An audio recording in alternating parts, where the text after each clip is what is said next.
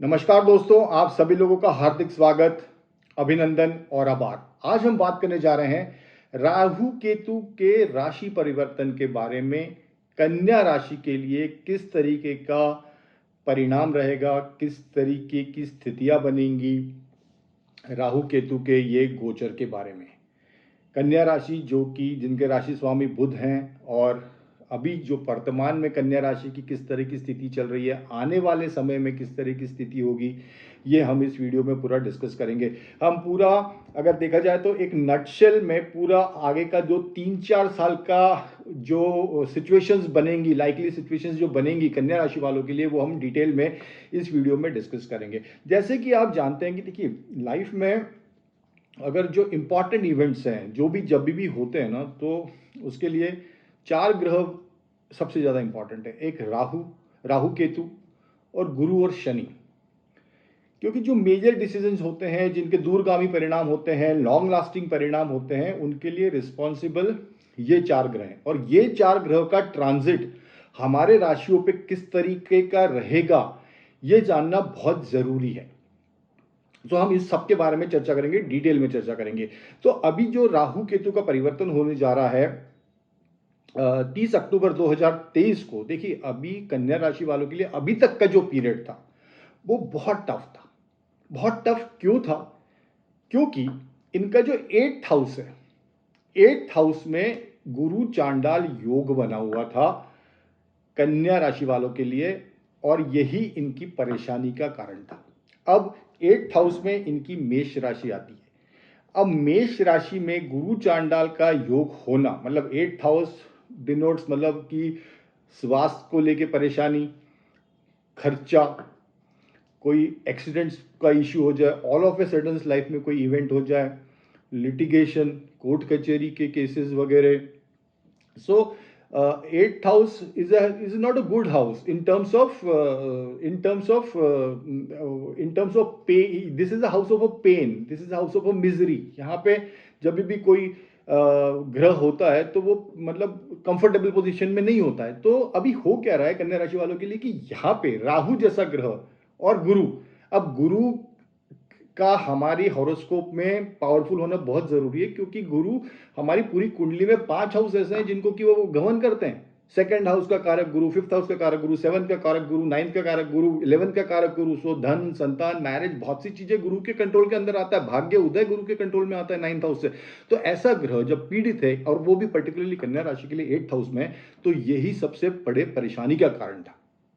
और गुरु ऐसा नहीं है, गुरु आपकी कुंडली में राशि में 8th हाउस में मार्च में आए हैं, बट उसके बाद गुरु का 8th हाउस में होना, अकेले भी अगर हैं तो उसके भी कुछ रिजल्ट्स हैं, जो भी वो भी हम डिस्कस करेंगे।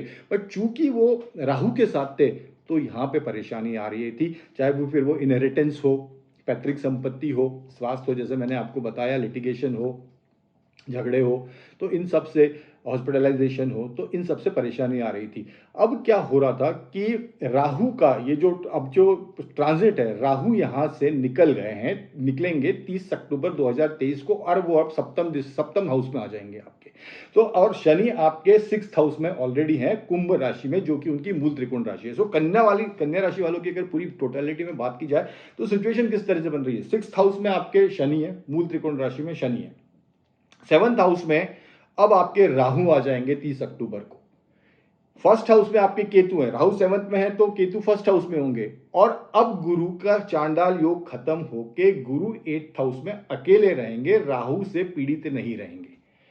तो 6, 7, 8 का ये जो कॉम्बिनेशन बन रहा है शनि, राहु और गुरु का, ये प्रेजेंट कॉम्बिनेशन बनेगा, और ये कॉम्बिनेशन अब ये लंबे समय तक रहेगा इन तीनों ग्रहों का। उसको भी हम डिटेल में समझते हैं। तो अब क्या होगा कि अभी सबसे पहले हम राहु केतु के बारे में समझेंगे, फिर गुरु के बारे में समझेंगे, और फिर शनि के बारे में समझेंगे। सो पहले नेगेटिव्स की बात करेंगे, पहले चैलेंजिंग सिचुएशंस की बात करेंगे, and then subsequently we will see कि पॉजिटिव क्या है, और फिर हम नेगेटिव और पॉजिटिव को बैलेंस करेंगे, and then we will reach to a conclusion कि एक्चुअली किस तरीके से चीजें शेप अप होंगी अगले 2-3 साल में। तो आइए सबसे पहले हम समझते हैं राहु। अब ये जो राहु का ट्रांजिट होने जा रहा है 8th हाउस से 7th हाउस के लिए, 7th हाउस में, this is not actually a good transit for Rahu in 7th house. क्यों? ये गुरु का जो ट्रांजिट होने, राहु का जो ट्रांजिट होने जा रहा है 7th हाउस में, क्यों अच्छा नहीं है? देखिए 7th हाउस को पहले समझिए। 7th house is a house of a marriage, 7th house is a house of a spouse, 7th is a house of a legal bondage, legal agreement. 7th house show करता है कि आपको एक दायरे में ऑपरेट करना है। So it is a marriage. So marriage is actually a institution कि जहां पे आपको एक ट्रस्ट मेंटेन करना है, एक कंपैशन मेंटेन करना है, एक बाउंड्रीज में रहना है, एक लीगल एग्रीमेंट है, और आपको केयरिंग एटीट्यूड होना चाहिए, because it is house of your spouse. दूसरी चीज है, this is house of a business partners also. So partnership का, if I talk about partnership में भी लीगल एग्रीमेंट्स होते हैं, उसमें भी अंडरस्टैंडिंग होती है। So it is whether it is a spouse और a business partner, that is a house of a 7th house. When a planet like Rahu, when a planet like Rahu comes into a 7th house, see, Rahu don't want any restrictions in life. He want enjoyment. He want everything in life. और उसका पेट कभी नहीं भरता, क्योंकि नीचे का हिस्सा राहु का है नहीं, तो उसको कितना भी मिल जाए तो उसको और चाहिए और चाहिए और चाहिए। अच्छा, उसको सब कुछ चाहिए। He loves addiction also, he loves adultery also, सब कुछ चाहिए उसको। So and that is Rahu. Completely desire and desire at any cost, whether it is going to be at an illegal cost also, he will ready to do it, because it's Rahu. So Rahu has no bondages, he doesn't understand any restrictions, वो सब कुछ करेगा, उसको चाहिए। अब ऐसा ग्रह 7th house में आ जाए is not a good, क्योंकि उसको कुछ चाहिए नहीं है, उसको बाउंडेज अच्छे नहीं लगते, उसको रिस्ट्रिक्शन अच्छे नहीं लगते, और ये जो 7th हाउस है वो रिस्ट्रिक्शंस का है। अभी ऐसा ग्रह यहाँ पे 18 महीने रहने वाला है, क्या क्या होगा? मैरिज में प्रॉब्लम्स आ सकती है, मैरिज में डिफरेंस ऑफ ओपिनियन आ सकते हैं, आप पार्टनर पे शक करोगे, ट्रस्ट नहीं रखोगे, कंपैशन नहीं रखोगे, केयरिंग एटीट्यूड नहीं रखोगे, अंडरस्टैंड नहीं करोगे, आप पार्टनर को प्रेशराइज करोगे, डिक्टेटरशिप करोगे, और उसके कारण पार्टनर्स के साथ, स्पाउस के साथ आपके झगड़े बढ़ेंगे, डिफरेंस ऑफ ओपिनियन बढ़ेगा, because Rahu in 7th house in सब चीज़ों को वो एग्जाग्रेट कर देगा, बढ़ा देगा, एनहांस कर देगा। और उसके कारण क्या है, whether it is a married life और a business partnership, you are going to feel a pinch of it, ego clashes. Rahu में ego, high level of ego, because वो किसी की सुनता नहीं है। तो वहां पे 7th हाउस में ये सब चीजें काम नहीं करती। 7th हाउस में ईगो कैसे काम करेगा?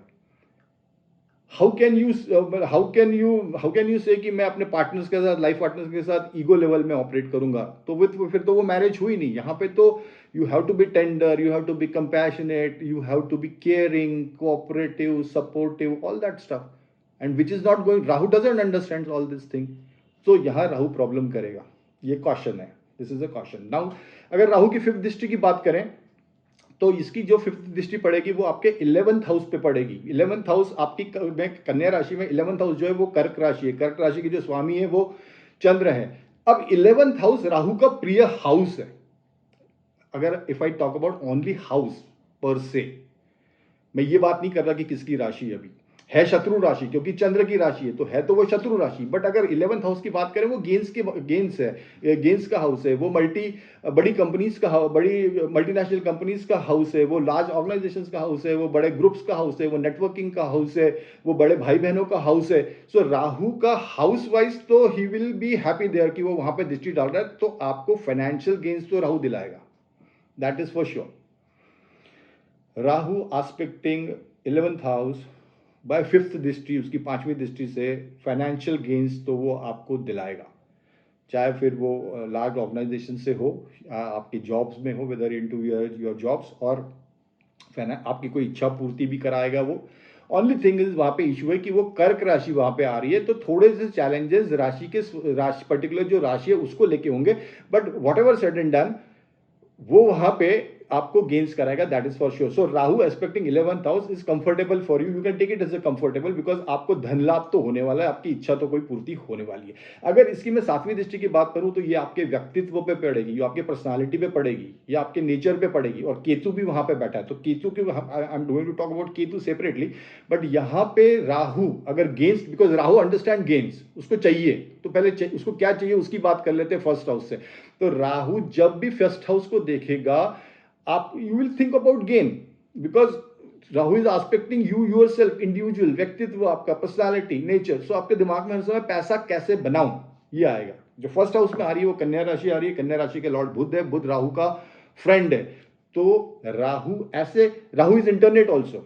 So if you talk about social media, internet, ऐसी कोई चीजों से आप पैसा कमाने की सोचोगे, फिर वो फेसबुक में आप कुछ कर रहे हो या इंस्टाग्राम पे कर रहे हो, particularly entire scene of a social media, advertising, media industry, theatre, movie industry, everything. So this is Rahu जब फर्स्ट हाउस को आपके देखेगा तो यहां से वो पैसा कमाने की सोचेगा और पैसा कमाएगा भी, because he know all the tricks, he know all the gimmicks कि पैसा कैसे कमाना है। Why aspect in the first house, but that through social media. So that is उसकी 7th दृष्टि का जो रिजल्ट आएगा। सो 11th हाउस की दृष्टि से भी आपको धन मिल रहा है, पैसा मिल रहा है, फाइनेंसेस स्टेबल हो रहे हैं, कैसे भी आ रहे हैं। फर्स्ट हाउस से भी वो चीज होगी। नाउ राहु विल, जो उसकी 9th दृष्टि होगी, दैट विल बी आस्पेक्टिंग वृश्चिक राशि, और वो 3rd में आ रही है, जो आपके लिए कन्या राशि के लिए 3rd राशि है। तो ये जो मैलेफिक प्लैनेट्स है is suppose to be good in 3rd house, 6th house, like that. So 3rd house में अगर राहु है तो he will give you courage, extreme courage, प्रयास बहुत करोगे, इफर्ट्स बहुत करोगे, एंड द एंटरप्रेन्योरशिप आप में बहुत बढ़ेगी, because Rahu aspecting 3rd house. Only thing is वो नीच दृष्टि से देख रहे हैं वहां पे, क्योंकि वृश्चिक राशि आ रही है, और वृश्चिक राशि में राहु नीच का होता है। तो जो उसकी दृष्टि पड़ रही है वो नीच की पड़ रही है। But if I talk about पर से house, your valour is going to increase, your valor is going to increase, your efforts are going to increase, you will have a never die attitude, हारूंगा नहीं, जीतूंगा। सो personality में वो confidence आएगा कि हारूंगा नहीं। सो this is Rahu in 7th house के क्या क्या बाउंडेजेस के मैरिज और बिजनेस पार्टनरशिप के मैंने बहुत डिटेल में एलॉबरेट किया है। गेन्स 5th हाउस पे, 11th हाउस पे दृष्टि होगी, 1st हाउस पे दृष्टि होगी, तो इस दोनों हाउस से आपको गेन दे रहा है by social media, 1st house से, और large organization, incentives from the, if you are in company, and hike in salary, that is all possible, and that will happen in most of the cases, अगर राहु और केतु आपके कुंडली में बराबर placed है और बाकी प्लैनेट्स की भी पोजीशन बराबर है। तो 3rd हाउस से राहु आपको दे रहा है वैलर, पुरुषार्थ, इफर्ट्स, तो नेवर डाई एटीट्यूड मिल रहा है। सो ये जो कॉम्बिनेशन है, 7th house, 11th house, 1st house, 3rd house, this 4th house is getting affected by Rahu coming in your 7th house. So ध्यान क्या रखना है, राहु यहाँ पे आपको मैरिज का ध्यान रखना है, लीगल बाउंडेजेस में ऑपरेट करना है। बिकॉज देखिए राहु जो आ रहा है आपके लिए 7th हाउस में, वो वहाँ पे मीन राशि आ रही है, गुरु की राशि आ रही है। तो गुरु की राशि मतलब गुरु का घर, गुरु के घर में आ रहा है वो। तो गुरु के अपन किसी के घर में जाते हैं तो वहाँ के तौर तरीके अपनाते हैं ना, कि अपन अपने तौर तरीके अपनाते हैं, उनके हिसाब से चलते हैं हम। जिस घर में भी अगर if you are guest to some house, we adopt the culture, the sanskar of that particular house where we are going. तो similar is the case when Rahu is going into Meen rashi, that happens to be your 7th house. So Rahu को उसके तरह रहना पड़ेगा। राहु अगर अपनी मन मर्जी करेगा तो प्रॉब्लम होगी। सो अगर आप if you are thinking of operating कि मैं लीगल बाउंड्रीज तोड़ दूं और अपना शादी के बाहर कोई चीज़ करूं, अफेयर्स करूं, या गुरु के हिसाब से नहीं चलूं, अडल्ट्री करूं, या एडिक्शन में किसी में पड़ जाऊं, और मतलब शॉर्टकट्स अपनाऊं, rather what I am trying to tell is shortcuts for the sake of pleasure. You can, if you go to any extent for the sake of pleasure at the cost of breaking your marriage or doing some secret activity, not being loyal, so that is bound to boomerang, that is bound to reflect in a wrong manner to you. So that is taken. So you understand what I am trying to tell you. So इस चीज के लिए we have to be cautious, we have to operate in legal norms, in boundaries, so that Rahu will start giving results, good results. Financial gains मैंने आपको already बता दिया है। अब केतु अगर 1st हाउस में है तो क्या करेंगे? देखिए केतु 1st हाउस में है तो इसके दो पहलू हैं। अगर मैं स्पिरिचुअलिटी एंगल से बात करूं तो इट इज गुड, बिकॉज आप आपके दिमाग में देखो केतु इन 1st house will give you good intuition power first of all, अच्छा, इनवर्ड जर्नी के लिए अच्छा है, आत्मचिंतन के लिए अच्छा है, आत्म मनन के लिए अच्छा है, पर्पस ऑफ लाइफ की बात करने के लिए अच्छा है कि मैं प्लैनेट में क्यों हूँ, अभी तक मुझको जीवन में क्या मिला, क्या मैंने गलतियाँ की, किसको कैसे कैसे मेरे को सुधारना है, आगे किस तरीके से बढ़ना है। This is a good part of Rahu Ketu in the first house. But इसमें होगा क्या ये करने में, आप एक अलग से कटे कटे रहने लगोगे, क्योंकि you are in two different mode. मतलब आप फैमिली में हो फिजिकली, बट मन से और आत्मा से नहीं हो। सो यू आप वहां पे रहते हुए भी नहीं हो। That is what Ketu in the first house. So आपका नेचर कुछ इस तरीके से हो जाएगा। So it is both way, if you are bending toward purpose of life, spirituality, आत्मचिंतन, so that is good. If you go into a introspection mode, if Ketu in first house, if you go into introspection mode, this is a good time. This is good. Ketu will give you a good results. और आगे के किस तरीके से path आपको follow करना है, because there will be lot of learnings, you will get into lot of learnings कि मैंने किस टाइम कौन सी चीज गलत की, कौन सी चीज सही हुई, which movements गलत थे, कौन से सही थे, आगे कैसे करना है, मेरा टेम्परामेंट कैसे, all that stuff you will get into. So Ketu that way, if your thinking process is this, is good, but on the same time you will be a aloof kind of a person. if you will, क्योंकि आप thinking mode में रहोगे, थोड़ा सा आलसीपना, या थोड़ा सा not actually आलसीपना but थोड़ा सा गुमसुम अकेलेपन में, फैमिली में रहते हुए भी नहीं, जैसे मैंने बताया। So that result Ketu in first house will give. So this is Rahu in seventh house plus the Rahu की दृष्टि और केतु इन फर्स्ट हाउस। अब क्या है कि पार्टनरशिप में प्रॉब्लम्स भी प्रेडिक्टेड है, क्योंकि यहां से seventh house of partnership also, तो यहां पे प्रॉब्लम्स हो सकती है, बिजनेस में लॉसेस हो सकते हैं। अब हो क्या रहा है कि Rahu will create some problems in seven house. Caution, word of caution है कि आपको कंट्रोल करना है, बट राहु एक ऐसा प्लैनेट है कि आप स्पॉट ऑफ द मोमेंट में वो चीज कर जाओगे। राहु को रोकना, Rahu is a very powerful planet, उसको रोकना, क्योंकि उस स्पॉट ऑफ द मूवमेंट में भले पूरा ज्ञान हो, पूरा कॉशियस हो, सब कुछ देखा हुआ हो, बट उस मूवमेंट में आप वो चीज कर गुजरोगे।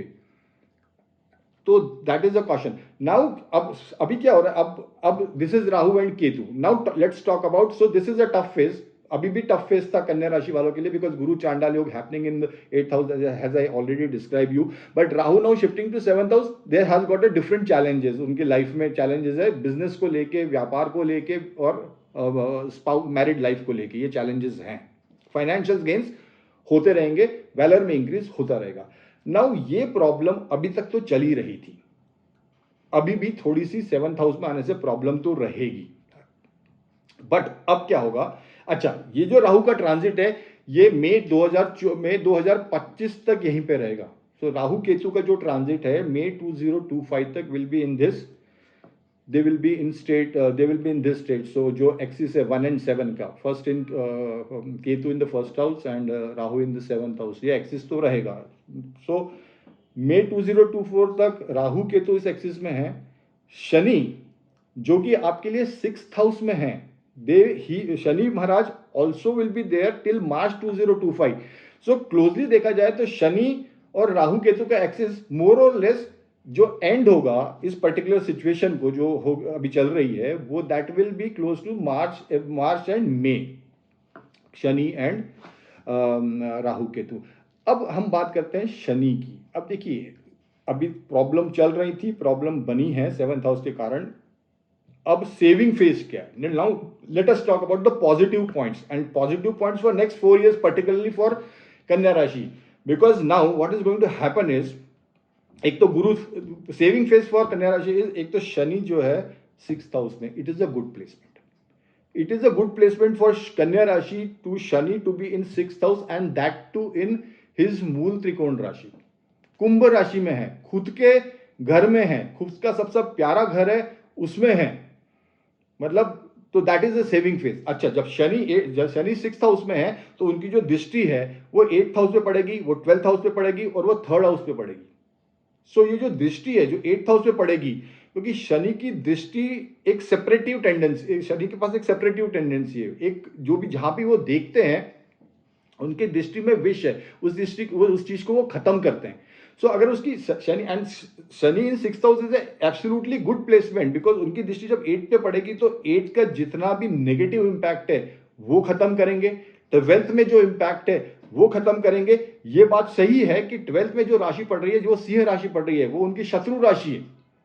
बट जो शनि की दृष्टि का जो इम्पैक्ट होगा वो कुछ हद तक आपके एक्सपेंसेस कम करने में आपके लिए सहायक होगा। And you will have some saving also. और वहां पे 12th हाउस के भी जितने भी गलत ट्रेड्स है, देखिए 12th house is a house of moksha also, and 12th house is house of bhog also. Excessive bhog में लिप्त होना, एडिक्शन हुआ, ऑल दैट, जितना भी भोग है, एंटरटेनमेंट है, प्लेजर है, I will put it this way, जितने भी प्लेजर्स हैं, that could be any sort, Shani की दृष्टि से वहां पे वो चीज सबसाइड होंगी। वो खर्चे का भी हाउस है, तो वो 12th हाउस को देखेंगे तो खर्चा भी कम होगा, सेविंग भी थोड़ी होना शुरू होगी, और जो आपका प्लेजर होने का एटीट्यूड है उसमें भी थोड़ी कमी आएगी। So that is a saving phase, that is actually going to be a boon in disguise. Though it is 5th house, सिंह की राशि है, ये होगा। Plus Shani will also aspecting the 3rd house 10th दृष्टि से, वृश्चिक राशि। सो वहां पे भी Shani is going to benefit you. No, try to understand. Third पे इंपैक्ट देखिए। थर्ड पे इंपैक्ट मैंने राहु का भी बताया कि राहु अपनी 9वीं दृष्टि से 3rd को देखेंगे, शनि अपनी 10वीं दृष्टि से 3rd को देखेंगे। So you have got a in 3rd house which is house of a valour, purusharth, all that stuff. So you have got a double impact of a two powerful planets, Shani and Rahu, in the 3rd house. So whatever situation life is going to pose at you, you are going to take it head on. You are going to take it head on. That is for sure. So that is an impact of Shani, 8th house, 12th house and 3rd house. तो शनि भी इससे 6th house is good, is a saving phase, और ये अभी यहाँ पे 2.5 साल रहेंगे। मार्च 2025 तक यहीं पे है, मार्च 2025 तक यहाँ पे रहेंगे, और अपनी मूल त्रिकोण राशि में रहेंगे। अपनी, अब जो कोई प्लैनेट अपने खुद के घर में है तो खुश है, खुश, जब आप खुद खुश होगे तो खुशी बांटोगे, तो शनि खुद खुश है तो वो भी खुशी बांटेंगे, तो आपके 8th, 12th और 3rd को वो सेट कर देंगे, and you will have a good results. जो खर्चे थे, एक्सपेंसेस थे, वो सब खत्म हो जाएंगे। जितने भी नेगेटिव रिजल्ट्स 8th हाउस के होते हैं, related to health issues, inheritance, all of a sudden things happening, that will be good. So this is Rahu, I completely described. This is Shani going to save you. Though the Rahu Ketu का जो transit है वो थोड़ा सा challenging है, but Shani will save you. Now let's come to Guru. अब Guru is going to be favorable for you for next close to अगस्त 2027। गुरु अभी अष्टम में है, तो अष्टम में Guru, there are some positive traits also and there are some negative traits also. 8th house है, because this 8th house is a house of a transformation. So whenever any planets will going to come in 8th house, that planet according to his nature is going to bring about transformation in your life. So if Guru in 8th house, आपकी जो सोचने की क्षमता है या सोचने का तरीका है, यहाँ पे Guru in 8th house what is going to he give you is, आप एक स्ट्रैटेजी जो बनाओगे, बिकॉज गुरु वहाँ पे आपको इंट्रोस्पेक्शन करने में सहायता देगा, because this is a sign of secret things also. So Guru will help you to, आपकी intuition power बढ़ेगी. Guru will help you here in 8th house in making a strategy. When you will make a strategy बनाने के लिए you should know your past, what worked, what has not worked. So Guru will give you that introspection. Guru will help you to go into the deep of each and everything, whatever you want to think of, deep. Because ये hidden चीजों का स्थान है, दबी हुई चीजों का स्थान है, और गुरु जैसा प्लैनेट यहां पर है, विच इज गुरु कभी किसी का बुरा नहीं करते। अगर वो गलत भी स्थान पे बैठे हैं तो वो अपना नेचर नहीं छोड़ते, भले लोग उनके साथ भले बुरा कर जाए, गुरु के साथ, प्लैनेट के साथ, या गुरु, कोई भी गुरु हो, किसी भी धर्म का हो, तो वो उसका नेचर अलग है। बेनोवेलेशन, दया, फॉरगिवनेस, ये that is granted, that is taken. गुरु है, वो किसी का द्वेष नहीं पालेंगे, वो किसी का अच्छा नहीं कर सकते तो बुरा नहीं करेंगे। So Guru, that nature, with going through that nature, so Guru here will give you a deep knowledge, introspection करने का, उससे आप you can make a good strategy for your life for coming days. That power Guru will give in 8th house, he being in the 8th house. Now try to understand Guru अब अभी देखिए, ये जो गुरु 8th में रहेंगे, ये मई 2024 तक 8th में रहेंगे, 6 महीने बचे हुए हैं जब गुरु 8th में रहेंगे। 2024 मई में Guru will shift to your 9th house, जो कि उनका खुद का भाग्य का स्थान है, उनका खुद का कारक का, गुरु 9th हाउस के कारक हैं। तो गुरु मई 2024 में 9th में जाएंगे। बेनिफिट फॉर यू, भाग्य का उदय होगा, you will have all bounties in the life, और उनकी जो दृष्टि पड़ेगी वो 1st से लेके 7th तक इन हाउसेज में। See now try to understand, once 2024 to May 2024 में जब गुरु 9th हाउस में जाएंगे, 10th हाउस में जाएंगे और 11th हाउस में जाएंगे, this period is will keep on going till June 2027। सो आपका ये जो पीरियड है, अभी जो पीरियड है गुरु का 8th हाउस को, इसको आपको इनकैश इस तरह से करना है कि you have to start making a strategy for the life ahead, कि आगे लाइफ में क्या करना है।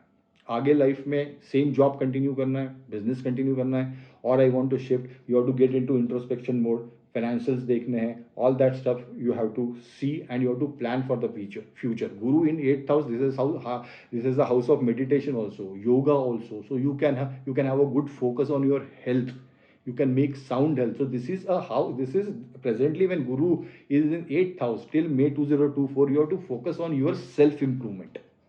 That is what I am trying to tell you, self improvement when Guru is in 8th house. उसके बाद जब वो 9th में जाएंगे, 10th में जाएंगे, करियर फोकस में आ जाएगा, 9th में भाग्य फोकस में आ जाएगा, 10th करियर में फोकस में आ जाएगा, आपका कर्म स्थान, देन वो लाभ स्थान में चले जाएंगे। So what I am trying to tell you is Guru transit for Kanya rashi for next 44 months, because 36 तो 3 स्ट्रेट ईयर्स हो गए, 13 13 13 39 plus 6, so that is close to 40 44 45 months. So that Guru transit is going to be extremely favorable for you for next 4 years. So positive की बात करें तो Shani here for next 2.5 year absolutely positive for you being in 6th house.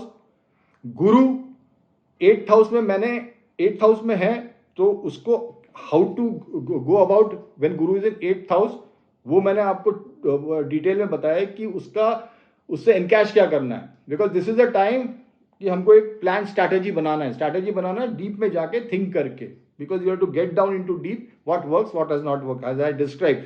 और उसके बाद by expecting that May 2024 you will be in completely shelf, health wise also, mentally also, and your strategy also, and then the time will come for implementation of दो strategy when Guru is in 9th house, 10th house and 11th house, and that is the time when you are going to bear a good result of fruits of what you have worked, what the transformation you have gone through.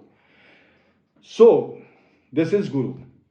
Now if I want to summarize each and everything, Rahu 7th house, Ketu 1st house, there will be problems, marriage, legal bondage, business partner, वो उसमें challenges होंगे. It's not a favourable position of Rahu to be in 7, because जो house के trade से, जो house की demand है, राहु का नेचर वैसा नहीं है, उल्टा नेचर है, जस्ट उल्टा है। तो राहु अगर गलत प्लेस्ड है और अदरवाइज ऑल्सो, तो there will be some challenges, but saving phase next 2.5 years, Shani in Kumbh rashi, Mool त्रिकोण rashi, aspecting 8th 12th and 3rd, good. Guru in 8th has got his own benefit. You can be benefited from for sudden inheritance also.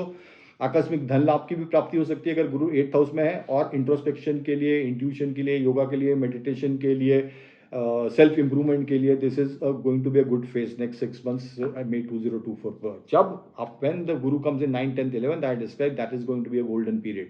So net कन्या राशि की बात करें, अभी तक परेशानी थी, बहुत ज्यादा परेशानी थी। 8th हाउस में एक गुरु चांडाल जैसा योग बनना, हर तरीके की परेशानी थी, हेल्थ की परेशानी, एक्सेसिव पैसा खर्च करना, क्योंकि ये गुरु चांडाल योग, गुरु भी वहाँ, राहु भी 8th हाउस में, गुरु भी 8th हाउस में, राहु भी 8th हाउस में, और दोनों की 5वीं दृष्टि एक्सपेंसेस के हाउस में पड़ रही है 12th हाउस में। तो खर्चा मतलब छोटा मोटा खर्चा नहीं, बड़ा खर्चा, और उसके बाद वो खर्चा होने के बाद ये भी समझ में नहीं आ रही है कि पैसा जा कहाँ रहा है, और इसको कहाँ पकड़े यही समझ में नहीं आ रहा, कौन सा छोर पकड़े ये समझ में नहीं आ रहा है।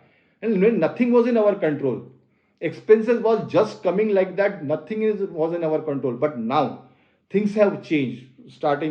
Things are going to change after 30th October, जब गुरु वहां से ट्रांजिट कर राहु वहां से ट्रांजिट कर जाएंगे, So things are going to change. So this is going to be an overall picture for कन्या राशि. So जो नेगेटिव है वो थोड़ा राहु केतु के कारण है, बट जो पॉजिटिव है वो शनि है, उसके ट्रांजिट के बारे में है, उनकी दृष्टि में 6th house is suppose to be good. Guru का मैंने आपको पूरा डिटेल में समझाया. So what I try to explain you the transit of a major planet Rahu Ketu Guru and Shani, because these इसके जो रिजल्ट्स होते हैं that is long lasting permanent type के रिजल्ट्स होते हैं, and we should be taking care of these planets. Now what are the remedies? I will give you, see, remedies. When I talk about remedies, one is behavioral remedies, what changes you need to do in yourself, and second is some dharmic remedies. So if regarding to behavioral remedies, आपको राहु को अगर control करना है, mean राशि में है तो mean राशि की तरह चलना पड़ेगा, गुरु के घर के तरफ से चलना पड़ेगा. तो you have to be in complete boundaries में ऑपरेट करना पड़ेगा, एक दायरे में ऑपरेट करना पड़ेगा. अपना आप मनमर्जी नहीं कर सकते, आप तो आपको गुरु की तरफ ऑपरेट करना पड़ेगा. सो इनफिडेलिटी नहीं करनी है, लॉयल रहना है, शॉर्टकट्स नहीं कोई अपनाने हैं, ब्राइबरी कोई नहीं करनी है, no shortcuts at any cost, because that is going to boomerang. एक चीज़ मत भूलिए कि राहु अगर शॉर्टकट्स अपना है तो it can give you illusion also, और दैट कैन बूमरैंग ऑल्सो. तो अपने को अपने दायरे में रहना है, सो उससे राहु प्रॉपर होगा. केतु इन फर्स्ट हाउस है, तो अपने को जो रेमेडी है, धार्मिक रेमेडी है, वो गणेश जी की उपासना करनी है. अथर्वशीष बोल सकते हो, संकटनाशन स्तोत्र बोल सकते हो, गणेश जी का नाम का कोई जाप कर सकते हो. गणेश जी को रोज दुर्वा जरूर चढ़ाइए इस पीरियड में. दुर्वा का हार हो, दुर्वा हो.